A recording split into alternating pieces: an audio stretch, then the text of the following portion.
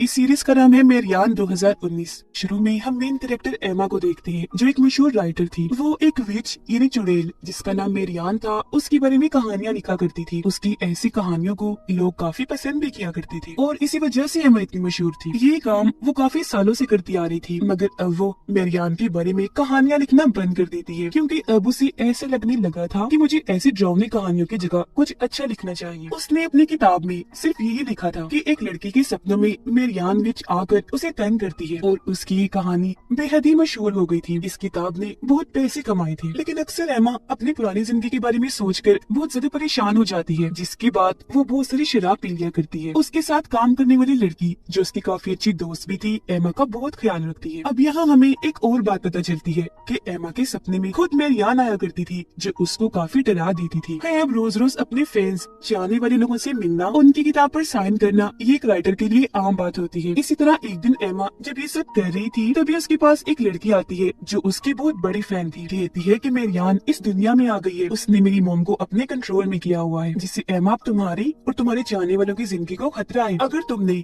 Marian के बारे में लिखना बंद कर दिया तो सब मारे जाएंगे। यहाँ पर नोट करने वाली बात ये थी कि इस लड़की की माँ ही एमा को सपने में डरा रही थी, यानी कि मेरियान की आत्मा उसके अंदर थी। फिर इन बातों पर एमा को यकीन नहीं आता, इसलिए वो लड़की खुद अपनी जान ले लेती है अपनी बात को सही साबित करने के लिए, और साथ ही एक लॉकेट छोड़ती है ये कहकर कि ये मेरी मॉम को दे देना। इस हादसे के बाद एमा को अपने मॉम डैड की फिक्र हुई। अपने घर फोन करती है, पर कोई भी फोन नहीं उठाता, क्योंकि वो कई सालों से अकेली रह रही थी, घर नहीं गई। इस बात को लेकर अब वो थोड़ा परेशान हो जाती है। अपने साथी को लेकर अपने टाउन जाती है, जहाँ पर उसके मॉम डैड सही सलामत थे। वो उनके साथ रात गुजारती है और अगली सुबह उस फैन की मॉम से मिलने जाती है जिसने अपनी जान ले ली थी। यहाँ आकर एमा को पता चला कि सच में उस लड़की की मॉम के अंदर मेरियान की आत्मा है, जो एमा से कहती है कि तुम्हें मेरे बारे में लिखते रहना होगा। अगर तुमने ऐसा ना किया तो अच्छा नहीं होगा, मैं तुम्हारे मॉम डैड को मार दूंगी। अब यहाँ एमा की मुलाकात अपने बचपन के दोस्तों से होती है, जो काफी सालों बाद एमा से मिल रही थी। इन चारों दोस्तों से एमा को बहुत प्यार था, खास तौर पर अपने एक मेल फ्रेंड से, जिसकी अब शादी हो गई थी। खैर एमा अब कुछ नहीं दिखती, इसीलिए उसके मॉम डैड गायब हो जाते हैं, जो मेरियान का ही काम था। काला जादू करके मेरियान की आत्मा सभी लोगों को अपने कंट्रोल में किया करती थी। यहाँ हमें एक चमड़ी से बनी पोटली भी दिखाई जाती है, जिसका मतलब ये था कि वो जहाँ पर भी होगी सबको अपने कंट्रोल में करती रहेगी। एमा अब फिर से अपनी कहानी लिखना शुरू करती है, और जो भी वो लिख रही थी सब कुछ सच होता जा रहा था। जिसके फौरन बाद एमा की मोम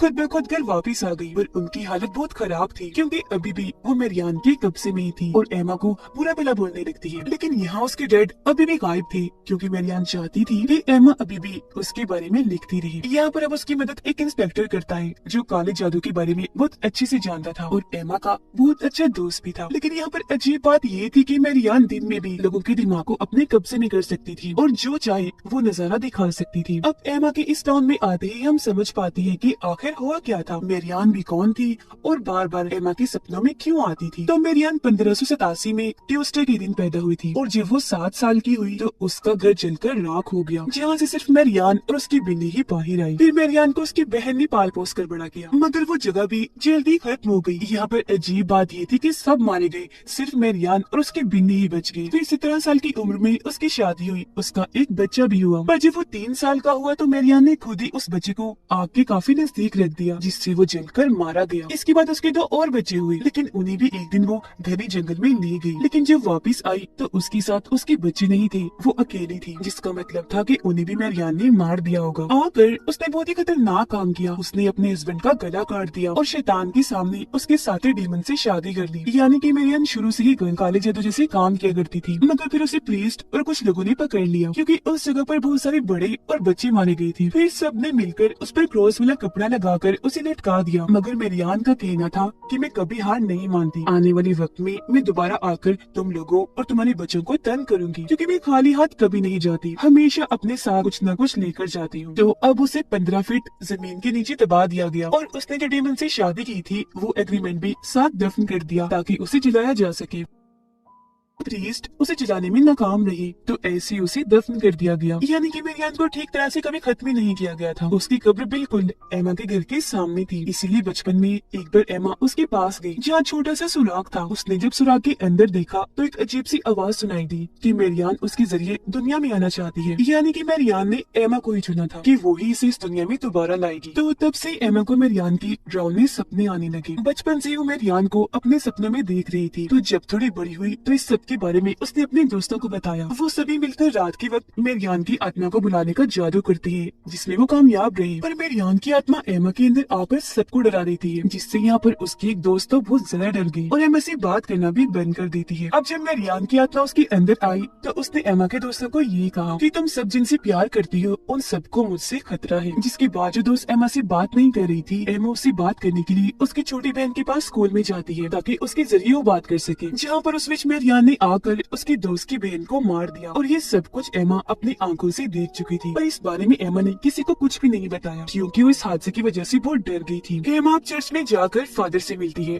फादर उसे बताते हैं कि मेरियान की आत्मा तुम्हारे साथ जुड़ चुकी है और वो इतनी आसानी से तुम्हारा पीछा नहीं छोड़ेगी। अगर तुम सबकी भलाई चाहती हो तो ये टाउन छोड़कर चली जाओ। अब एमा जानबूझकर अपने टाउन में बुरे बुरे काम करने लग गई, जिस वजह से उसके मॉम डैड ने उसे बाहर भेज दिया और फिर वो एक मशहूर राइटर बनी। और यही वजह थी कि अपने इस पास्ट की वजह से हर वक्त शराब के नशे में और परेशान रहा करती थी। अब कहानी दोबारा आ जाती है मौजूदा वक्त में। एमा को आज तक अपनी दोस्त की बहन की मौत का गम अंदर से खाए जा रहा था। यहाँ पर हैरान करने वाली बात ये थी कि मेरियान की आत्मा पिछले 15 सालों से एमा के पीछे पड़ी हुई थी, उसे डरा रही थी। एमा का किताब लिखना और उस कहानी में जिस लड़की के बारे में लिखा वो और कोई नहीं बल्कि खुद एमा थी। ये सब बातें एमा सोचकर नहीं लिखा करती थी, बल्कि ये सब कुछ उसके सपने थे जो उसने कहानियों के रूप में लिखे थे। अब एमा उस फैन लड़की की मॉम के पास जाती है और उन्हें मारने की कोशिश करती है क्योंकि उनके अंदर मेरियान की आत्मा थी। पर एमा का जो इंस्पेक्टर दोस्त था वो उसे ऐसे करने से मना करता है। फैन लड़की की मॉम के अंदर मेरियान की आत्मा एमा से कहती है कि अगर तुमने मेरे बारे में किताब ना लिखी तो तुम्हारे मॉम डैड मर जाएंगे। और होता भी बिल्कुल ऐसा ही है। एमा जब घर जाकर देखती है तो उसकी मॉम मर चुकी थी। तो उस लड़की की मॉम को जाकर वो दोबारा मारने की कोशिश करती है, पर इस बार उसे एमा के साथ ही बचा लेती है, जिससे अब मेरियान की आत्मा उस औरत के जिस्म से जा चुकी थी और जाते जाते वो एमा की शादी को भी नुकसान पहुंचा के जाती है। इंस्पेक्टर को एमा की डैड मिल गई थी, वो उन्हें हॉस्पिटल लेकर जाता है। यहाँ पर हमें एक और बात पता चलती है कि मेरियान जब किसी के जिस्म में आकर वापस जाती है तो वो उस इंसान के जिस्म से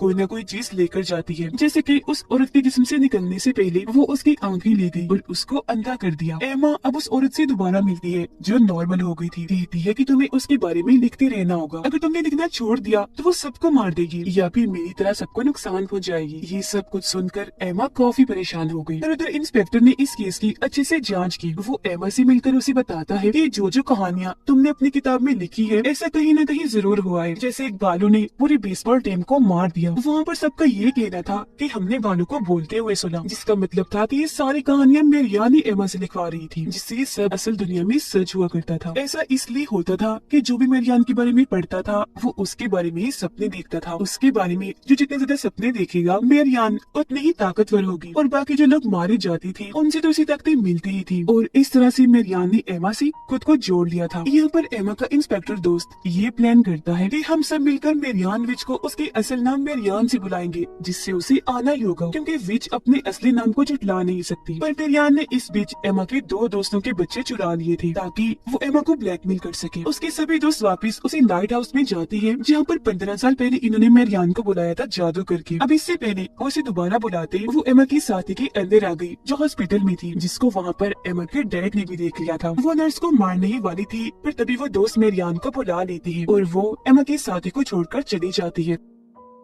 इन सब का प्लान ये था कि जब वो यहाँ पर आएगी तो ये लोग उसकी आत्मा को डॉग के अंदर कैद करके कहीं पर बांध देंगे ताकि वो और किसी को नुकसान ना पहुंचाए। पर मेरियान बहुत चालाक थी, वो इंस्पेक्टर के अंदर आकर उसे ही मार देती है और साथ ही एमा की एक और दोस्त को भी। अब एमा की सभी दोस्त यही चाहती थी कि वो मेरियान के बारे में लिखती रहे ताकि सबकी जान बच जाए। इसी तरह जब एमा घर थी तो उसका वो मेल फ्रेंड आता है जिससे वो प्यार करती है और ये दोनों एक साथ रात गुजारती है। पर जब सुबह होती है तो वहाँ पर कोई भी नहीं था। तभी बेल बजती है। जब एमा जाकर देखती है तो दरवाजे पर चर्च के फादर थे, जिसको क्रॉस का निशान दिखाती है, जिससे एमा डर गई थी। वो फिर उसे मारने लगी, जिससे एमा के मुंह से खून आने लगा। वो जल्दी से अपने कमरे में चली जाती है, क्योंकि उसके कानों में फादर जो मंत्र कह रही थी वो उसे सुने नहीं जा रही थी। फादर देखती है कि उसने एक और कहानी लिखी है जो उसे नहीं लिखनी चाहिए थी। फादर उसे बताती है कि आज ट्यूसडे है और फिर से मेरियान ने जन्म लिया है और वो तुम हो एमा, तुम्हारे जिस्म में मेरियान है। पर वो तो इस बात को मानने से इनकार कर देती है। मगर जब फादर उससे ये पूछती है कि तुम मेरियान हो तो वो हाँ बोल देती है। एमा के अंदर आई मेरियान की आत्मा फादर को भी नुकसान पहुंचाती है, फादर की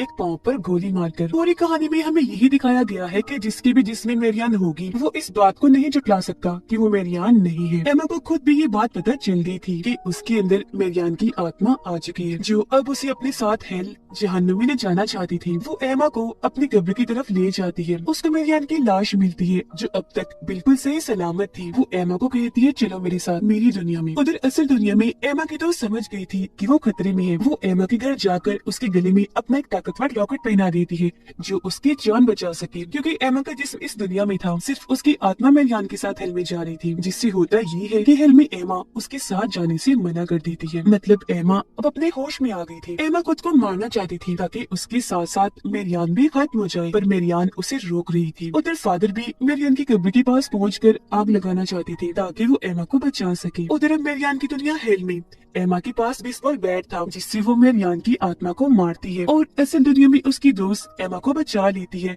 खुद को गोली मारने से। फादर भी मेरियान की कब्र को आग लगा देती है, पर मेरियान की आत्मा ने उन्हें अंदर खींच लिया था, जिसमें जलकर मेरियान की आत्मा तो खत्म होती है, साथ में फादर भी मारे जाते हैं। एमा की डेट बिल्कुल ठीक हो गई थी। उनका रिश्ता एमा के साथ काफी अच्छा हो गया था, जो आज से पहले नहीं था। एमा को उसके साथी भी वापस मिल गई थी, मगर उसके बोलने की ताकत जा चुकी थी, क्योंकि मेरियान जाते जाते कुछ न कुछ साथ ले जाती है। वो दोनों टाउन को छोड़कर जा रही थी। जाते हुए सबसे मिलती है। यहाँ पर एमा अपने मेल फ्रेंड से मिलकर उस रात के बारे में बताती है कि तुम आए और हमने रात साथ गुजारी थी। मगर वो ये सुनकर हैरान हो जाता है क्योंकि वो आया ही नहीं था। उसे गुस्सा आ गया और वो यहाँ से चला गया। यहाँ पर एमा बहुत परेशान हो जाती है। वो अपने साथी से पूछती है क्या तुम्हें भी मेरियान काले समंदर के पास लेकर गई थी? तो वो कुछ नहीं कहती, पर अचानक से बोल पड़ती है कि हाँ मैंने भी हेल को देखा है। एमा हैरान होते हुए फिर से पूछती है, पर वो कुछ नहीं बताती। एमा को सारे रास्ते उल्टी आ रही थी। उसके साथी उसके लिए प्रेगनेंसी किट लेकर आती है चेक करने के लिए कि कहीं वो माँ तो नहीं बनने वाली। एमा कहती है क्या मजाक है, ऐसा कुछ नहीं हो सकता, मेरी शादी नहीं हुई। लेकिन जब वो टेस्ट करती है तो सच में वो माँ बनने वाली थी। अब यहाँ उसके माँ बनने की दो वजह हो सकती है। हो सकता है उस रात एमा के दोस्त के रूप में डीमन आया हो। वो रात एमा के साथ रहा क्योंकि वो मेरियान को दोबारा जिंदा करना चाहता है और एमा के पेट में मेरियान का ये रूप है। दूसरी वजह ये हो सकती है कि उस रात मेरियान ने खुद उसके दोस्त को अपने कंट्रोल में करके एमा के पास भेजा हो ताकि एमा के जरिए मेरियान का दूसरा जन्म हो। मतलब वो एमा से पैदा हो, क्योंकि शुरू से उसने एमा को ही चुना।